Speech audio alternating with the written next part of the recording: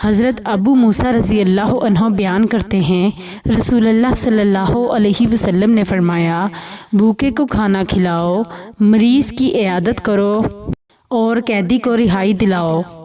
مشکوٰۃ المصابیح حدیث نمبر 1523۔ حضرت ابو ہریرہ رضی اللہ عنہ بیان کرتے ہیں، رسول اللہ صلی اللہ علیہ وسلم نے فرمایا، مسلمان کے مسلمان پر 5 حق ہیں: سلام کا جواب دینا، مریض کی عیادت کرنا، جنازہ کے ساتھ جانا، دعوت قبول کرنا اور چھینکنے والے کا یرحمک اللہ کہہ کر اسے جواب دینا۔ مشکوٰۃ المصابیح حدیث نمبر 1524۔ حضرت ثوبان رضی اللہ عنہ بیان کرتے ہیں، رسول اللہ صلی اللہ علیہ وسلم نے فرمایا، جب مسلمان اپنے مسلمان بھائی کی عیادت کرتا ہے تو وہ واپس آنے تک جنت کے میوے کھانے میں مصروف رہتا ہے۔ مشکوٰۃ المصابیح حدیث نمبر 1527۔ حضرت ابو ہریرہ رضی اللہ عنہ بیان کرتے ہیں، رسول اللہ صلی اللہ علیہ وسلم نے فرمایا، اللہ تعالیٰ روز قیامت فرمائے گا، ابن آدم میں بیمار ہوا اور تم نے میری عیادت نہیں کی۔ وہ عرض کرے گا، رب جی میں آپ کی کیسے عیادت کرتا جبکہ آپ تو رب العالمین ہیں۔ اللہ فرمائے گا، کیا تجھے علم نہیں کہ میرا فلاں بندہ بیمار ہوا تھا اور تو نے اس کی عیادت نہ کی؟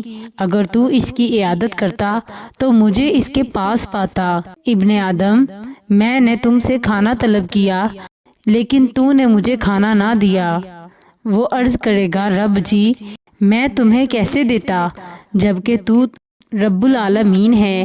اللہ فرمائے گا، کیا تجھے علم نہیں کہ میرے فلاں بندے نے تجھ سے کھانا طلب کیا تھا لیکن تو نے اسے کھانا نہیں کھلایا؟ کیا تجھے علم نہیں کہ اگر تو اسے کھانا کھلاتا تو اس کے ثواب کو میرے پاس پاتا؟ ابن آدم میں نے تجھ سے پانی طلب کیا تھا لیکن تو نے مجھے پانی نہیں پلایا۔ وہ عرض کرے گا، رب جی میں تجھے کیسے پانی پلاتا جبکہ تو تمام جہانوں کا رب ہے۔ اللہ فرمائے گا، میرے فلاں بندے نے تجھ سے پانی طلب کیا تھا لیکن تو نے اسے پانی نہ پلایا۔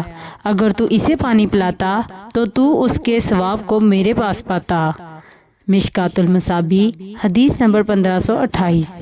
حضرت عائشہ رضی اللہ عنہ بیان کرتی ہیں، جب انسان کی کسی عضو کو کوئی تکلیف ہوتی یا اسے کوئی پھوڑا ہوتا یا کوئی زخم ہوتا تو نبی صلی اللہ علیہ وسلم اپنی انگلی سے اشارہ کرتے ہوئے فرماتے، اللہ کی نام کی برکت سے ہماری زمین کی مٹی ہمارے باز کی تھوک کے ساتھ اللہ کے حکم سے ہمارے بیمار کو شفا بخشی جائے۔ مشکوٰۃ المصابیح حدیث نمبر 1531۔